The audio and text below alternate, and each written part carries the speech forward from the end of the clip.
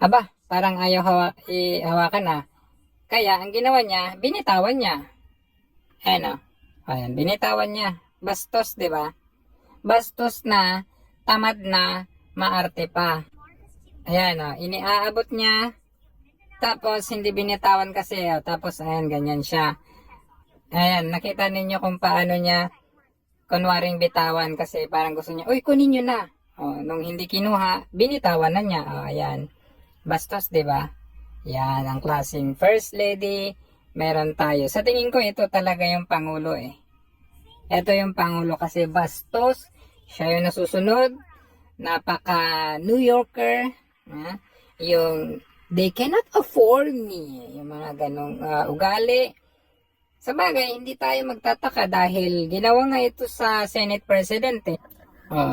Ginawa kay Chase yan, na inagaw o ayan, bastos, ay how much more sa mga common tao lamang, ordinaryong tao. Kaya nga yung isang binastos na PSG, dahil napahiya, ano nangyari?